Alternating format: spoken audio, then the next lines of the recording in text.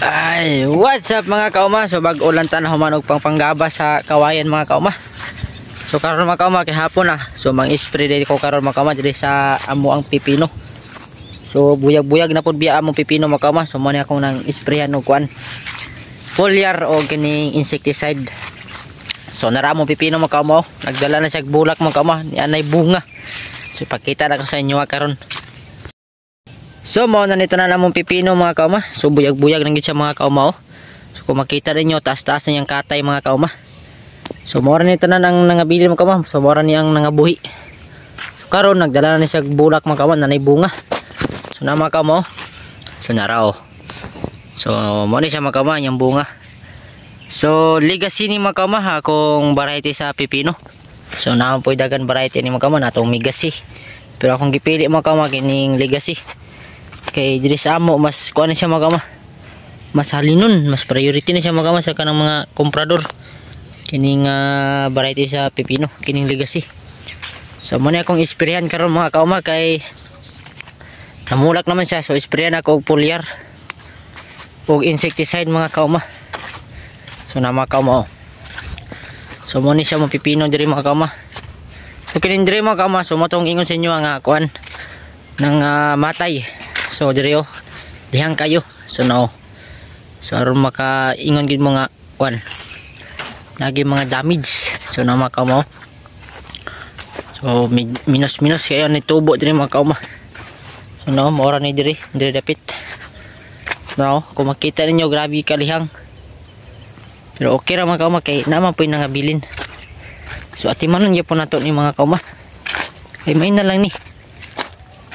Mahalin niya po ni, nagya po mong palit ani mga kauma.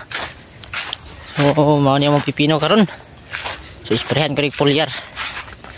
Kay pun mga dagan pud biya po ni harvest mga kauma. Kung estimate ani. Kaya mong pipino.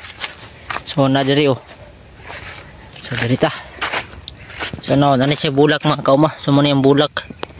Kini. So Legacy. So ubay-ubay na. Mulak ng tanan. So ako di siyang pag-sprayan karon mga kauma. Og foliar. Og insecticide. Kaya dipinsa po sa insekto. Ngamukan sa bulak, matake. So karon ko mang-spray mga kauma kay hapon na. Kay og kwanta mang-spray kanang sayo-sayo pa na yung mga kuan. Anang mga buyog. So muna siya magpulinit sa mga bulak mga kauma. So spray og may sprayan ta na. Mga matay ng apil. So munang hapon-hapon kita. Yang wala na gid sila diri. Pwede pod buntag mo kawa kana sayo sa buntag kana. Mo ginay mga oras pag-spray. Ay na pag-spray udto na kay na unsa naman na dili na kita kuan na.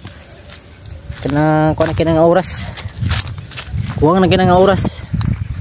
So dapat sayo ka mag-spray. Kaya sa buntag alas 5 kana spray kana. Ano mo nito na ang pipino mga kauma. So mao po niya mga pichay mga kauma. So kini dire. So duha ra ni kaplat mga kauma. Mubo ra ni kaplat. So tuara dito yung isa. So pakita na ko sa inyo So mao ni mong pichay dire mga kauma. So buyag-buyag na pod. So karon nga bulan harvest na ni mga kauma. Makaseleksyon na ta ni sa pichay. So wala kami ni tanom og daghan ni mga kauma. Tungod kay minus kayo ang market. Minus kay ang comprada dili sa mua sa pichay. Sa una maka-harvest man ni tag 500 kilos, 300 pero karon ang pinakataas jud upat ka sako lang yun ang kompraon sa mong buyer. So mo ning tanom na gamay pang merkado. So napoy gasunod ana mga kauma na raw. So duha gyapon ning kaplat staggered. So duha ra ning kaplat pero tagas man pod. Makita ninyo. So mo ni mga kauma mag-spray ta karon sa pipino. Spray ta og insecticide o foliar kay namuwak na. So mo na to pag-spray karon. So mo rin mga kauma. So mayong hapon sa yung tanan. So mga pinata. Mga pina mo. So una na magpangapi diya kay mag-spray man ko. So unya na ko. So mo rin tanan mga kauma kung pakita karon nga adlaw. So mag-spray ta. So bag-o lamin human podugkan. Pagpang gaba sa kahoy.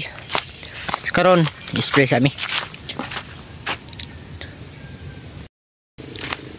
So mo tong ipakita mga kauma. So mo na to mong pipino. Nagdala na sa bunga, namulak na. So pohon harvest sa tani. Magkaseleksyon ta sa atong pipino. So mao po to mong pitsay mga kauma. So dagko-dagko na pod. So seleksyon na pod pohon. Magkasabaw-sabaw na tato. So medyo pula-pula din ako mata mga kauma kay nag-welding og ikan. So dito sa ilang Richard aba. So na may gipa-welding sa ko dito nga kuan. Bangko sa truck.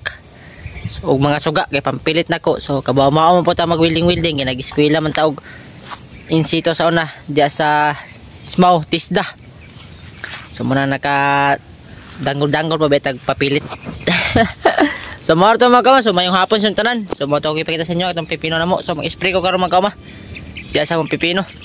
So may daghan salamat sa inyong suporta mga kauma. So mayong hapon yung tanan. Amping mo karon na mga kauma. God bless. Thank you for watching. Bye bye.